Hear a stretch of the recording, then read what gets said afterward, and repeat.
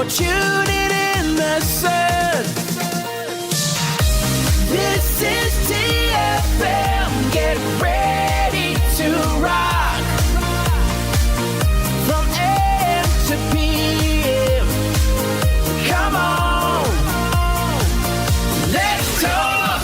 Presenting TFM, the most happening music, the most important news, and most importantly, your views. At Times of Oman radio station.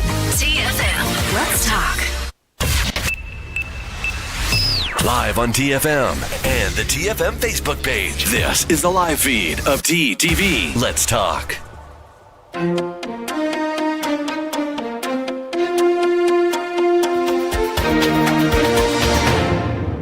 Hello and welcome to the Midday Update. Here's the latest update from our newsroom. The Ministry of Health today announced the registration of 3 new coronavirus deaths in Oman. The death toll has now touched 131 in Oman due to the virus so far, the officials at the Ministry of Health informed. They also extended their deepest condolences to the family of the deceased. Officials at the Ministry of Health also announced the registration of 905 new coronavirus cases in the country today. 402 of the new cases are Omani nationals and 503 for non-Omanis, bringing the total number of coronavirus cases registered in the Sultanate to 29,471. According to the Ministry of Health, this number also includes the recovery of 15,552 patients and 131 deaths. The ministry urged everyone to adhere to social distancing instructions issued by the Supreme Committee and the Ministry of Health, as well as staying at home and not going out unless necessary. An elderly couple aged 85 and 79 years have recovered from the COVID-19 disease in the Muscat Governorate. This was announced and revealed by the Muscat Directorate of Health Services. The authorities mentioned in a tweet that Rui Health Center announces the recovery of an 85-year-old elderly man and his 79-year-old wife from the COVID-19. Recovery rates of COVID-19 patients in the Governorate of Muscat have surpassed the number of people who currently have the disease, data from the Ministry of Health has shown. According to data from the Tarassud app, which provides updates on the COVID-19 situation in Oman and across the globe, a total of 10,809 recoveries have taken place so far in Muscat as of June 20th. Since the pandemic was first reported in the country, 20,550 cases of COVID-19 have been reported until Saturday in Muscat Governorate. During this period, the number of people suffering from the disease has dropped from 10,715 on June 11 to 9,647 on June 20th. The number of people who had recovered from the disease as of June 11 stood at just 4,150, which means the rate of recovery has increased by more than 2.5 times over the past 10 days.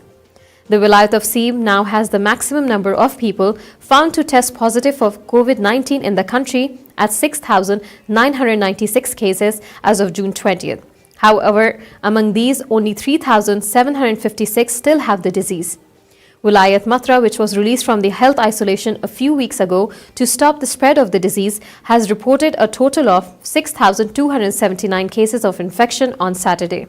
However, the number of people who have recovered stands at 4,373, which is far higher than the 1,871 people who still have COVID-19 and live in Matra. Similarly, the number of people sick with COVID-19 in Vilayat Boshar is now decreasing, while the recovery numbers continue to rise. A total of 5,522 people have been reported infected by the disease as of June 20th, among whom 2,322 have recovered. 2 girls drowned in one of the valleys of Rustaq in South Al-Batina. This was announced by the Public Authority of Civil Defense and Ambulance. In fact, an official from the Public Authority for Civil Defense and Ambulance spoke to Times of Oman and said, 2 girls, one of them aged 5, drowned in a water hole in Wadi Sadaq, specifically at the course of the valley in the town of Al-Muhbab in Wadi Bani Ghafir in Rustaq. The girls were pulled out of the hole and were found to be dead, he said. As you all know that today's top news had been the annular solar eclipse that took place in Oman and various parts of Oman. Joining us right now is Dr. Saleh Said Al Shidhani, General Director of Sky Innovations and ex-president of Oman Astronomical Society, who's going to give a very brief summary of the events that happened today. Thank you so much, Dr. Saleh, for joining us. Thank you for hosting me in your bulletin news. It is a pleasure to have you again on the show with us, Dr. Saleh. Thank you very much. It's my pleasure, actually. Obviously, clearly, this event that happened today was long waited for. Last December, we have a very special annular eclipse that provoked a lot of interest among the public, students, and astronomers in general. So this event also we were looking for it very kind of desperately and eager for it, and this is really introduced automatically a deep happiness inside us for this uniqueness of having two annular eclipse within 6 month period. So that was a really very interesting period, and for all of us, I'm very happy to see many thousands of Omanis. They managed to observe this eclipse here at the Sultanate without going abroad and paying for the flight and accommodation and so forth. So I'm pleased. I get some feedback from different places. The kids, men, women, students, everybody really they like and they love the experience that have went through. And actually, this experience can be multi-dimension. There's the normal people, for them who the first time they witness, the first time they learn about the annual eclipse, total eclipse. I mean, in the past we have number of partial eclipse, but with very weak interest. But now we have this annular eclipse with a lot of interest in the public and also among the specialists. And the second thing is, so we have this happiness that before the event, that this event will come here and to our land and we'll be able to see it. So that is one. The second thing that we see people at different levels, they get to know more and more in-depth information about the eclipse, the mechanism, how it occurs, why it is annular, why not total, and so why it's seen here, why not seen here. So the public awareness have increased tremendously in the past. So this is really one of the major achievements. The other thing that I think is also very valuable, many people, especially the photographer, and they learn now new experience, how to shoot very beautiful, amazing picture about the annular eclipse. They learn new techniques, they tried new tools, new filters, new setup. So this is also for them, it was very, very valuable learning experience. And so forth, obviously the kids in the school, at home, and so forth, this is something very motivational, and I'm pretty sure it provokes a lot of interest for science and math and technology in general. Very rightly said, Dr. Saleh, that it was indeed a very moving and learning experience for all of us right now in Oman. I know that when we were talking earlier in the show, you said that this event is very rare and it doesn't happen so often, and it's going to be repeated after 83 years, which is now going to be in 2103. Yeah. In that year, I think if I remember correctly, it will be the 3rd of September 2081. And in that year, what's called the path of totality, that one will be total. The moon will be able to block the sun fully. And this time, obviously, it is annular for a reason, maybe I explain later on.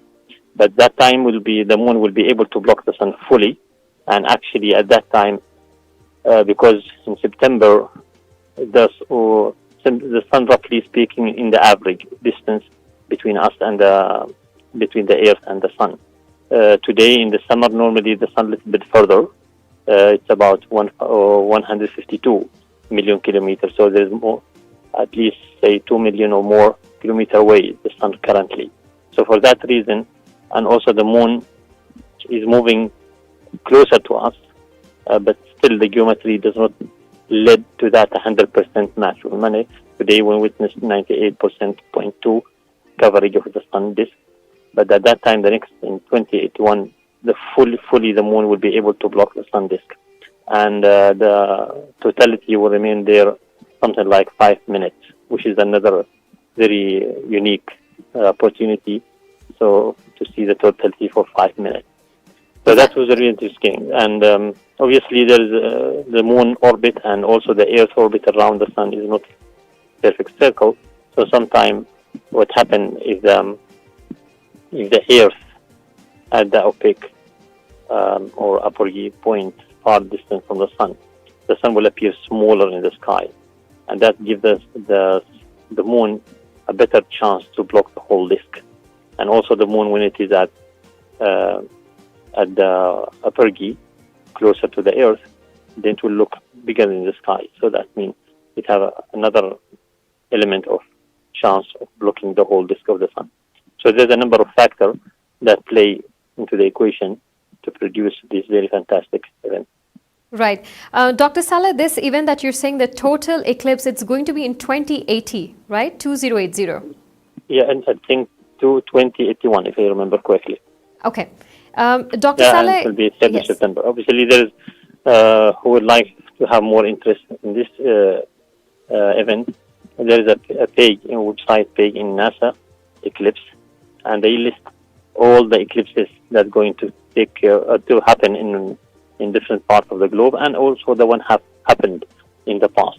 So the full archive of all of these eclipses happening in the past and in the future, they are shown there, even with the maps showing where the path of totality or the path of annuality, where they pass. So which country will be seeing that, which country will not be seeing. At the same time, there is some apps that one can download it from the Google Play or similar thing for the Apple. And this one, you can search for all events that will take place, and you can see how this event will take place, what that will pass over your country, and how it can be seen from different parts of the country.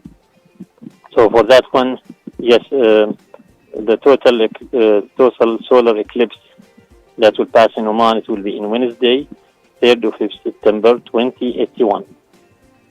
Thank you so much, Dr. Saleh, for giving such a detailed date and like a specific date, time, everything. Thank you so much. Before I see you off, Dr. Saleh, we actually had one question from one of the viewers. Yes. The viewer was asking that if in case you do not get, if the glasses are not available to watch or witness the solar eclipse, is it okay to use the X-ray sheets? The answer is no. Because the X-ray sheet, sometimes when it is like person have done X-ray for himself, the area where there is a bone, normally it's white, a little bit white compared to the surrounding. So this is one. The second thing, so basically saying that the darkness is not uniform across this X-ray sheet.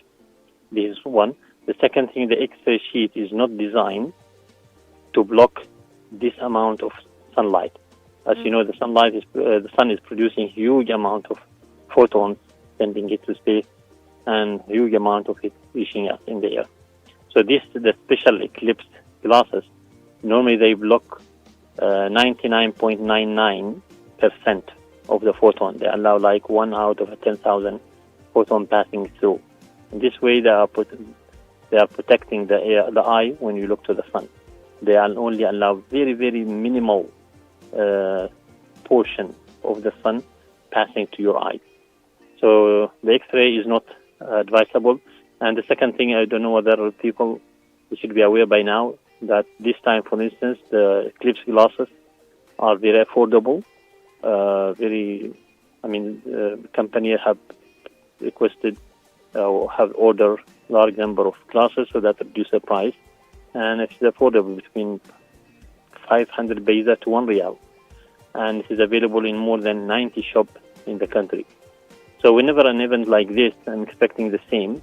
So these glasses is available and very affordable, and at the same time, in the worst case, if it's not there, you can order it from the internet.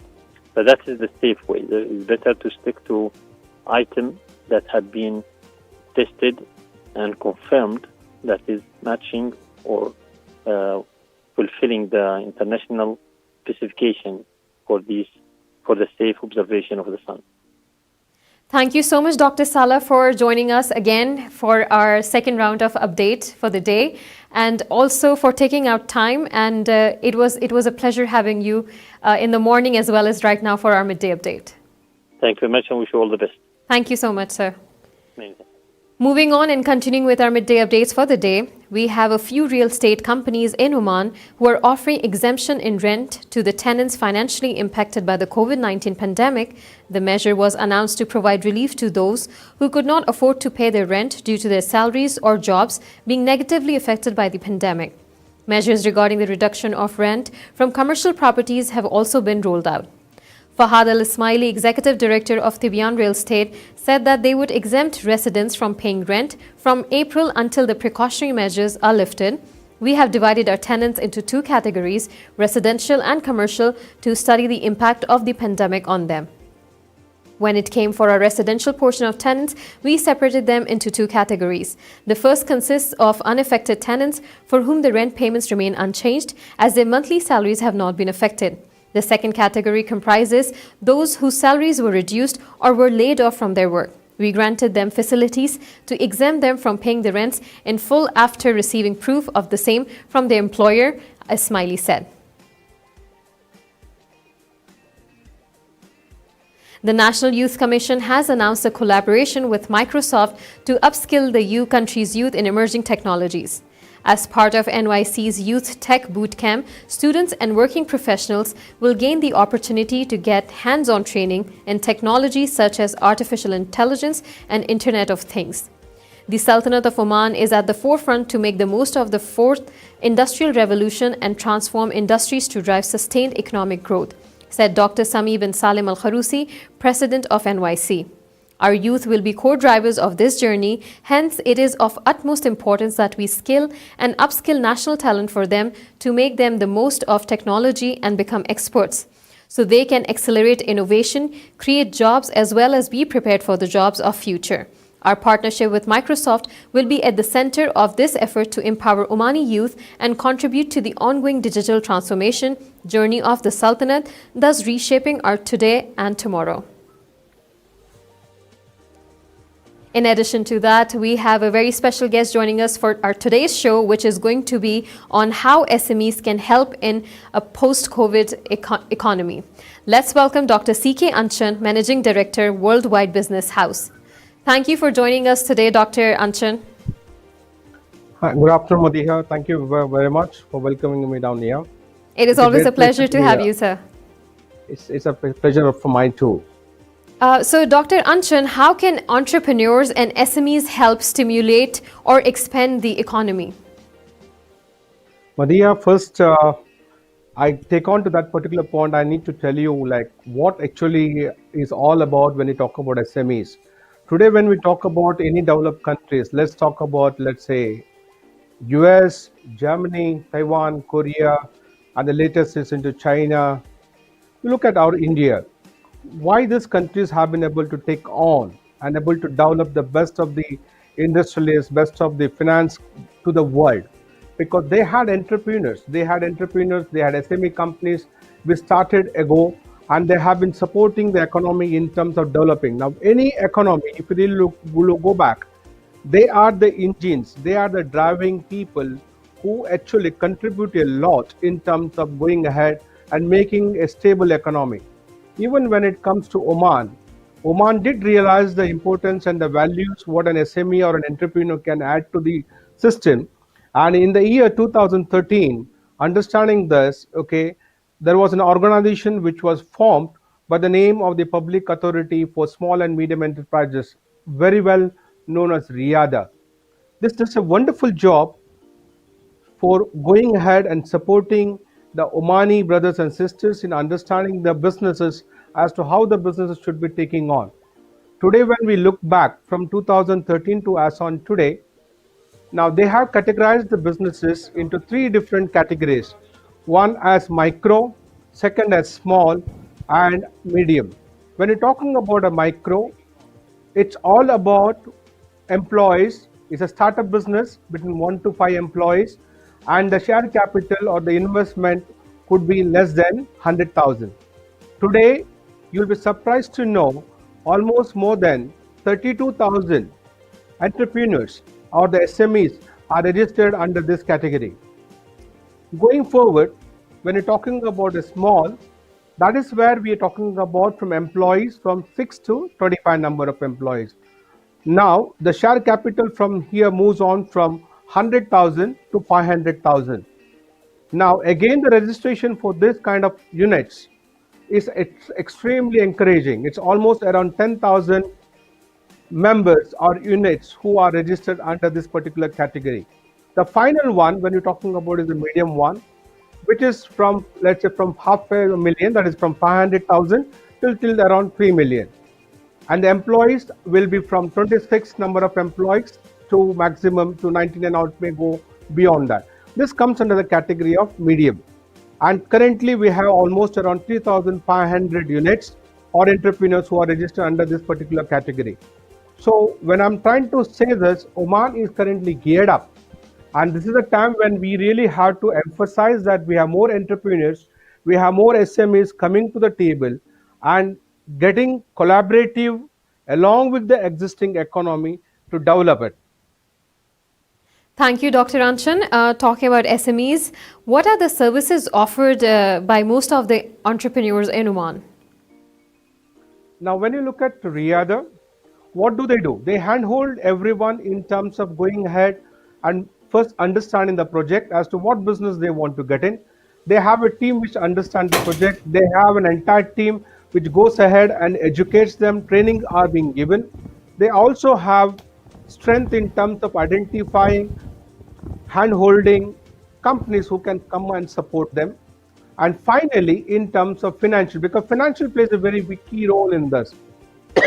So there is Sanat Fund, there is also Tanfi, then there is also fund which also comes from companies like Oman Development Bank. So there are various places, private institutions like, let's say, from Shell, we had Shell Intalaka, we had the Zubair companies like Zubair Groups who actually promoted their own. So there have been a lot of companies also who came forward to develop the entrepreneurs. Talking about entrepreneurs, Dr. Anchan, what is the difference, or what is the difference in terms of businesses that the already existing companies have and the ones that SMEs are doing? How does it differ?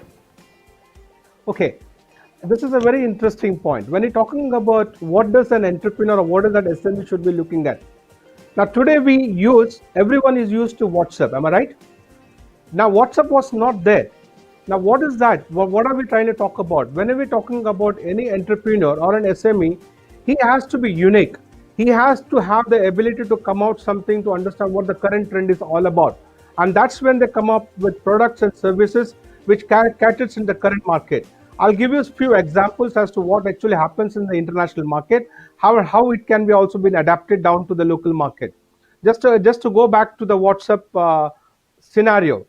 This gentleman called as Jan Com, who founded this, okay, he had this kind of a thing saying that I should come up with a messaging system which can be sent across web without using, that's what he went on working on it.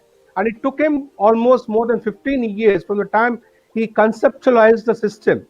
And ultimately when it realized, today when you look at Facebook acquired his company almost for a whopping 19 billion. I mean, today WhatsApp is used by anyone, everyone. It's one of the greatest products. Now, what does that it really mean? That means you are trying to come up with a unique product, understanding the technology and understanding what the requirement the market has to offer. Similarly, when you try to move forward, any entrepreneur, whosoever it is, if he has to go and start any existing business, he has to first understand whether that particular core competency is within him. He has to gain the experience and knowledge. So he has to work within such kind of a companies. Just to quote an example of Hilton, what actually happened is this gentleman was working along with his father, where it was a storeroom. He started working and he converted the storeroom into a small lodge starting from 10 rooms. And then he created history. So what am I trying to say here is, any entrepreneurs who want to start in first, gain the experience of the industry knowledge, whichever you want to get in. And that's where you're going to excel. Without industry knowledge, without understanding the competition, like you may walk into a restaurant It sounds extremely good to say, okay, why should not I start this restaurant? But believe me, the challenges are different when you actually get on. So it's very vital. Another example to quote, Walmart is a classic example. The gentleman used to work in the military and he was into supply chain and logistics. He realized that today if he comes out with a new product to reach out to the client and the cost of deliverable can be low, that means the consumer is able to get the product at a lower price, and he went on creating a history, and that's what's Walmart. And today you look at the same thing in terms of Lulu or the other hypermarkets which has really follow the same kind of a synergy. So the market keeps going across. People need to understand this is the time when the youngsters come forward. Now, to give an example, like we are the best of the doctors. The doctors would come forward. They can come up with a clinic. They can come up with the specialized hospitals. They can come up. Similarly, there have been companies down here in Oman. We have classical examples of companies which have created world-class history. They saw an opportunity, they worked on it, and today they are the best in that particular area.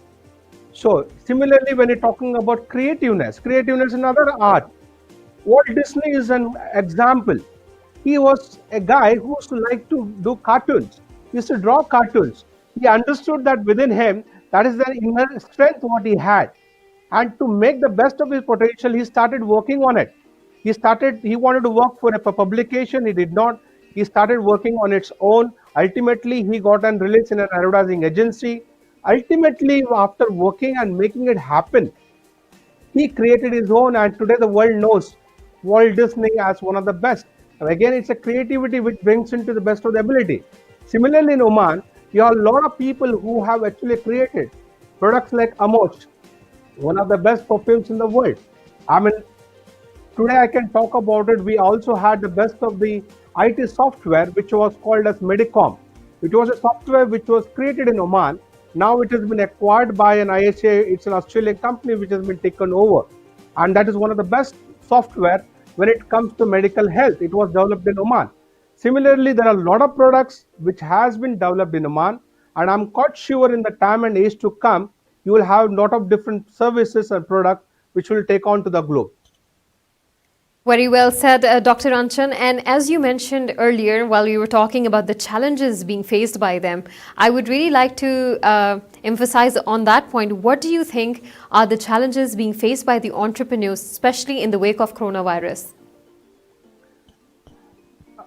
It's not only coronavirus. Of course, we have a different challenges after coronavirus.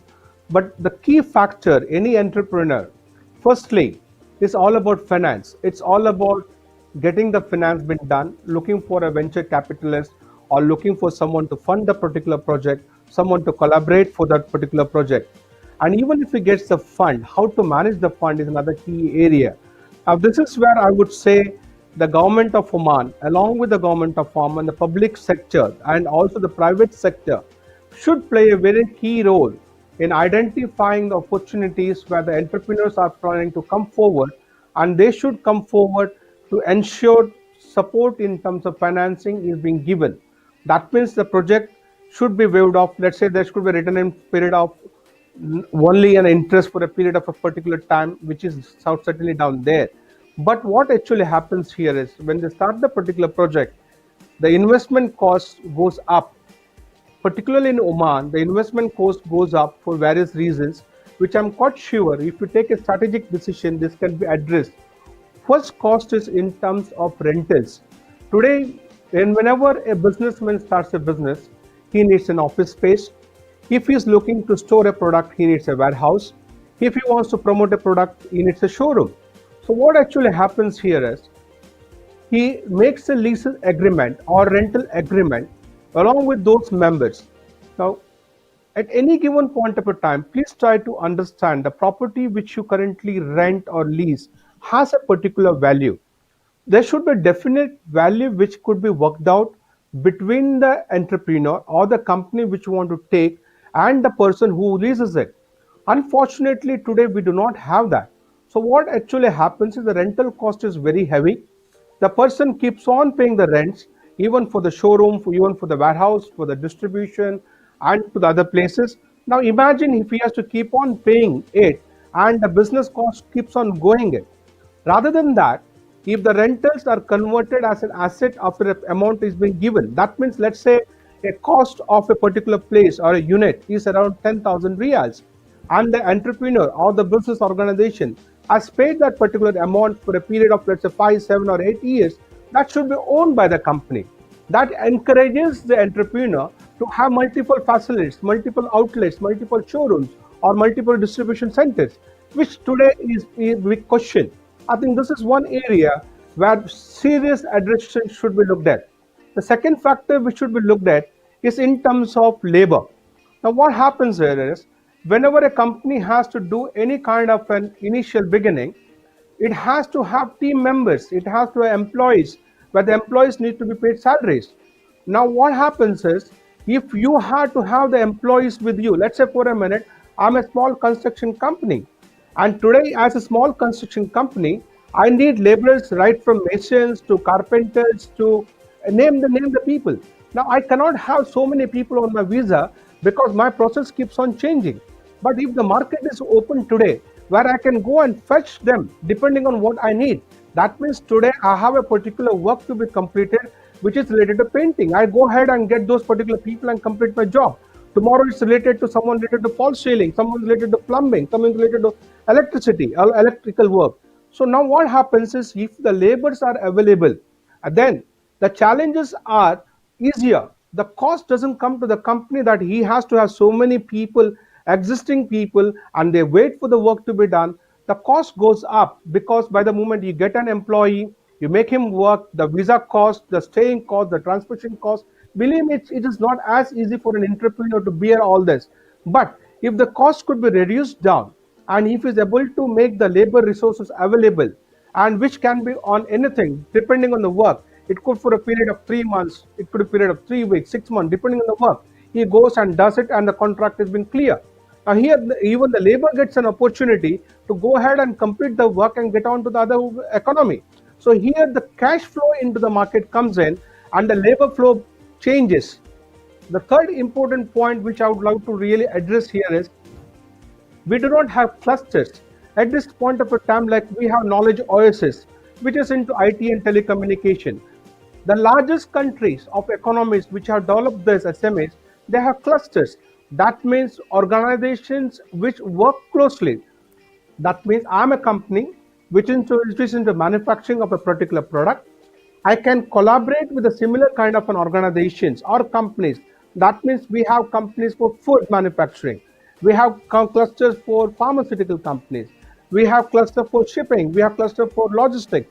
In this case, what happens is share of knowledge, experience, cost of operation, cost of distribution, cost of manpower, everything could be shared. So this is where we need to really work towards to. Thank you, Dr. Anchan, for such a detailed outtake on the challenges being faced by the entrepreneurs in the country. Talking about challenges, I also wanted to ask you, Dr. Anchan, what kind of services do you think the country needs access to at the moment, and how SMEs can help provide those services? At this point of a time, it's very important for to understand, like we already have Made in Oman. The government of Oman has already invested in Made in Oman as a brand. We already have organizations which is from the government side. Government has invested in infrastructures. Government has invested right from roads to railways to ports to telecommunication. Everything is there. Now, this is where the entrepreneur has to understand where does Oman as a brand stand in the global or the international standard. This is where we need to work. We also have young Omanis, highly educated, highly adaptive, who have the knowledge to go ahead and work in any sector. So why today is the time where the entrepreneurs have to come together and say, what is that Oman should be good at? So going forward, Oman can be a cluster or can be a hub, which is could be the hub for the entire, let's say, as I was discussing on the other day, going forward, food is the key area. Because within the Middle East, when you look at the topography, if you look at the climatic condition, Oman has the best. We also have the best in terms of the water resources. We also have the sea source resources. I think we should look at having goods and services which is related to food industry.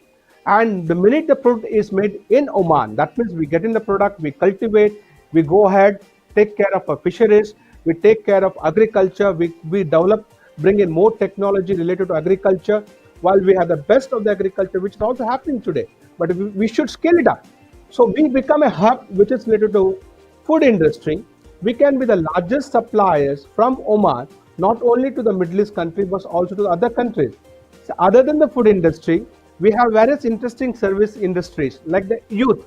So right now we have the IT infrastructure, facilities could be developed where we go ahead and create sub ancillary for pharma industry or for logistic industry. I think opportunity should be identified. How is that we can connect to people, network with people, and make the best of the foreign companies or the foreign investments to collaborate with us, use our youth, use our resources.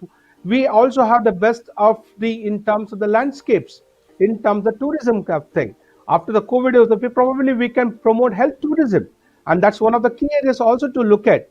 So I think time has come to identify 4 or 5 different areas, and if we focus on that, we have a great future.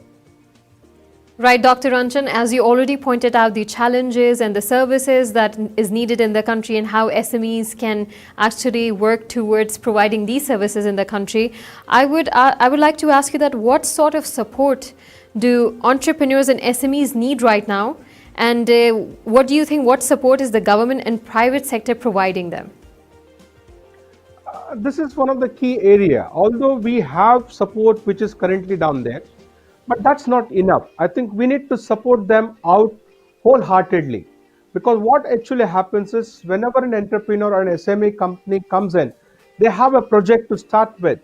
The one of the key areas where they find problem is related to funding. Now this is where I would say corporate companies should now look at supporting them. That could be an ancillary unit of that. That means tomorrow, let's say a company which is into automobile industry and they have grown here in the market and they're doing very well. Now an entrepreneur or an SME company which wants to get into this, they should handhold them. Now they can be part of their units. They could be in terms of giving their technical support, or in terms of providing space, or in terms of providing their manpower, but also in terms of giving support in terms of financial aspect.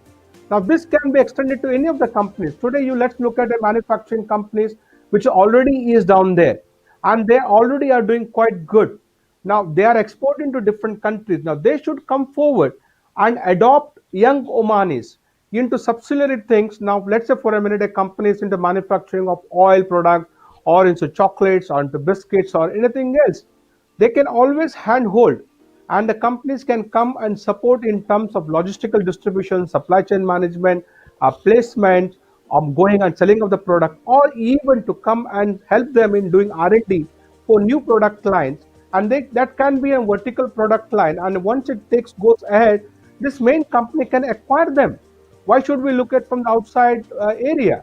So today, if the local manufacturing companies which is already down there, and if they are able to give helping hand to the local people, and they invent, they are creative, and they come forward with the product, and a new R&D product has been done, why not? The existing company can take over the product, take over the particular team, and move on. I think that is what is required. Right, Dr. Anchan, talking about the youth you just mentioned in the last statement, what skills do you think the fresh graduates or the youth that is actually going towards getting themselves into SME business or SME, what kind of skills should they learn, and skills that is required from them? There are 2 different areas. One is the youngsters who already are dreaming when they grow about. I mean, they know where to reach. That means, as I was talking about Walt Disney, or you talk about best of the businesses, be it from Apple, be it from Bill Gates, you look from anyone for that matter. They already thought of dreaming big. So entrepreneurs are made. It's within them first. So they have to think big. They have the vision to make it happen. So these entrepreneurs, when they want to understand, they need to focus on the area they need to really look into. They cannot look into multiple areas. They should be focused on one area, get themselves educated in understanding which is a key factor or key area, how they are going to be different from others, what is the similar kind of a product or services in the competitive market is being offered. Similarly, what's happening in the international market? They should get educated about it, understand how are they going to differently place this product. If I get into that particular product, how am I going to sell this particular product? Why should someone go ahead and buy the product which I'm going to get on? What is that I'm going to bring new or the uniqueness to this particular product or service, what I'm going to offer? That's very important for them to understand. Before he launches, he should also go ahead and work with an organization which is similar to that particular industry. So he understands the competitiveness, he understands the challenges that organization faces. So minute he works with such kind of organization, it gives him an edge to understand what is that he should not be doing, or what is that he should start with, or what is the plus point he can bring in. I think this is the area which should be there. And one of the key areas also, I think, in Oman today, like any other best, the Oman made product, whenever it is marketed to the consumers here, it should always be available at a better price. That means, let's say for a minute, a cheese made in Oman should be a better price, or a product made in Oman should be at a better price. So the consumers, they go ahead, it could be a soap, it could be a biscuit, it could be anything for that matter.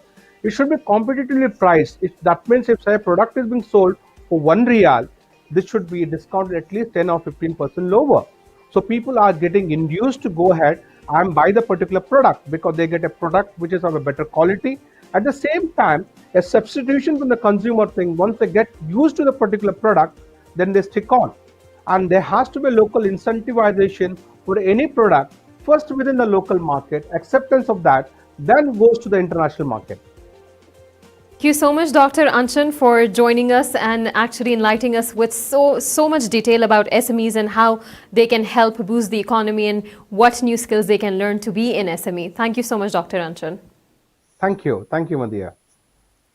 Well, that's a wrap to our show for today. We'll be back again tomorrow at 2 p.m. with more updates your way. So stay tuned and keep watching TTV.